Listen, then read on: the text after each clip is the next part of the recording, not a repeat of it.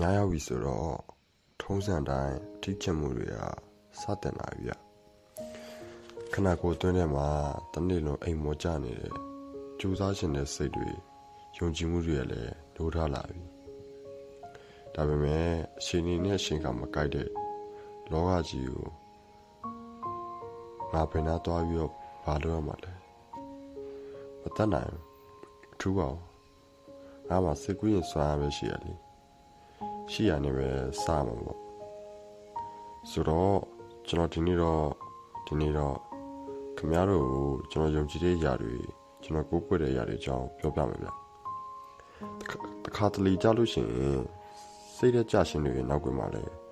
အလှပဆုံးခွန်အားတွေလည်းရှိနေတတ်တယ်ဗျကျွန်တော်တို့တွေလောကကြီးရဲ့အမောင်မိုက်ဆုံးအချိန်မှာဘာကိုးကွယ်ကြမှာလဲဘယ်အရာကိုယုံကြည်ကြမလဲရုပ်ဝတ္ထုရာဝတ္ထုပစ္စည်းတွေကိုလားဒါမှမဟုတ်စိတ်ဆွမ်းအားတွေကိုလားအမောင်ကျလာတဲ့အခါမှာလင်းရောင်ရှိတဲ့အချိန်မှာ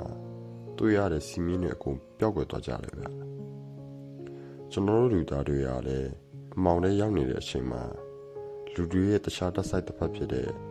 တခြားအသိစိတ်တစ်ခုကိုကူးပြောင်းသွားတတ်တယ်ဗျအဲ့ဒီအခါအမောင်ထုထဲမှာ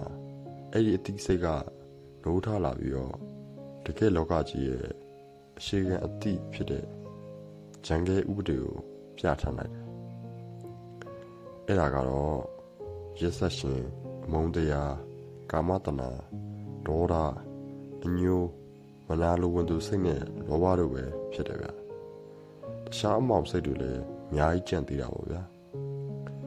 အဲ့ဒီအချိန်မှာအသွေးတွေကလင်းအောင်ကြီးစိုးနေရှင်နဲ့မတူတော့ဘဲနဲ့သွေးတွေကပိုနှက်ပြီးတော့ပိုဆူချနေတတ်တယ်လောကကြီးတစ်ခုလုံးကဒီလိုအမောင်စိတ်တွေနဲ့ပဲဖွဲ့စည်းထားပါလားဆိုပြီးတော့တိစိတ်ကအထင်ရောက်လာတတ်တယ်နောက်ဆုံးကိုတိုင်းအဲ့အမောင်ထုတွေကအမှန်တရားကိုမြင်လာပြီးတော့အမှန်တရားရဲ့ရှေ့မှာဒူးထောက်ကြတာလောကကြီးကိုအရှုံးပေးပြီးတော့လောကကြီးရဲ့သဘောတိုင်းလက်ခံလိုက်တတ်ကြတယ်ဆိုတော့ခမည်းရောဒီလိုမောင်ထုရဲ့အမှန်တရားကိုမြင်ခမည်းဘာလုပ်မလဲဗျခမည်းအဲ့ဟာကိုကြင်ကြက်ခံနိုင်မယ်လို့ထင်တာခမည်းအဲ့ဟာကိုရင်ဆိုင်နိုင်မယ်လို့ထင်တာမထင်ပါနဲ့ခမည်းအဲ့ဟာကိုအင်အားသုံးပြီးတော့မနိုင်ပါဘူးစားတဲ့ကြောင်းရှိရဗျခမည်းဟာမရဏကြောင်းနဲ့ကြီးကိုကြည့်နေခမည်းကိုမရဏကြောင့်နဲ့ကြီးကပြန်ပြီးတော့ကြည်နေလိမ့်မယ်တဲ့ခမည်းအမောင်ထုကြည်နေခမည်းကိုယ်တိုင်အမောင်ထုပြန်ဖြစ်သွားလိမ့်မယ်ဆိုတော့ဒီလိုအရာကြီးကိုဘယ်လိုလုပ်ရမလဲဗျလောကကြီးတစ်ခုလုံးကလူတွေအကုန်လုံးကဒီလိုအမောင်ထုတွေနဲ့ပဲဖွဲ့စည်းထားတာလေဆိုလိုတာကလူတိုင်းမှာမကောင်းတဲ့လာတဲ့စင်းလိုမျိုးအမောင်ချမ်းတွေနဲ့ဖွဲ့စည်းထားလာရဲ့လင်းနေတဲ့အချမ်းနေတဲ့တခြားဘတ်ဆိုင်တစ်ခုပြတဲ့လူတိုင်းမမြင်ရတဲ့အမောင်ချမ်းမို့ကလေးငယ်လေးတွေပဲလွတ်တယ်ကလေးငယ်လေးတွေကတကယ်ဖြူစင်တယ်ဒါပေမဲ့ကျန်တဲ့အရွယ်ရောက်သားသူတွေတက်ကြီးရွယ်တွေအကုန်လုံးဒီအမောင်အပြစ်ကျွေးဝတ်ကနေလုံးဝမလွတ်ကြအကုန်လုံးဘဝမှာအမားလုပ်ဖူးတဲ့သူတွေပဲအကုန်လုံးအပြစ်ရှိကြတဲ့လူတွေပဲဆိုတော့ဘယ်လိုလုပ်ကြမလဲဒီလူတွေအကုန်လုံးပဲရှင်းထုတ်ပြရမှာဒီဖေရောတကယ်မလွယ်အောင်အဲ့လိုလေးလုပ်လို့မရပါဘူးဒါပေမဲ့ကျွန်တော်တို့လူသားတွေကကံကောင်းကြပါတယ်ပြီးတော့ဒီအဖေတွက်ကလည်းအဖေကမခက်ခဲပါဘူးဘာလို့ဆိုကျွန်တော်လူသားတွေထက်တာမန်လူတွေထက်ပုံမတာလွန်နဲ့မြင့်မြတ်တဲ့လူတွေဟာအဲ့အဖြေတွေကိုကိုယ်တိုင်ရှာဖွေတွေ့ရှိခဲ့ကြပြီးတော့ကျွန်တော်တို့တာမန်လူတွေကို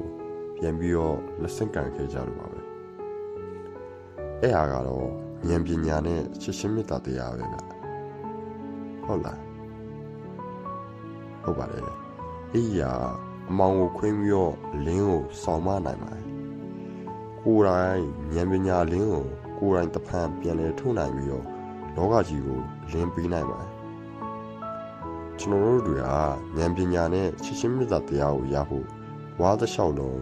သူများတွေစီကနေလိုက်လံတောင်းယူနေခဲ့ရပြီမဲ့သမုတ်တရားကြီးလိုမျိုးပဲဘလောက်ပဲတောက်လေငဲမပြေခဲ့ကြပါဘူးကိုတိုင်းကလည်းအလင်းစီကနေအမောင်ထုတွေအန်တယ်ကိုအကာအကွယ်လိုချင်ကြရလေအဲ့တော့ခါဒီကြလို့ရှိရင်ကိုကပဲသူများစီကနေယူမယ်ဆိုရွေးမလုပ်ဘဲနဲ့သူများတွေကိုပေးဆက်မယ်ဆိုတာပဲဖြစ်လာတဲ့အခါမှာအဲ့ဒီလင်းရောင်ဟာကိုယ့်ရဲ့လင်းရောင်ဟာအမောင်တို့တိမ့်ပိုက်ပြီးတော့လင်းရောင်ထုကိုယူဆောင်လာပေးပါတော့ဗျအဲ့ဒီရာလောကမှာရှိတဲ့ခမားမြင်နေရတဲ့အမောင်ထုတွေအကုန်လုံးခွင့်ပြုသွားပြီးတော့ခမားနီးနားလူတွေကိုလည်းကိုယ်တိုင်လင်းရောင်ပြန်လဲပေးလာနိုင်လိမ့်မယ်ဗျ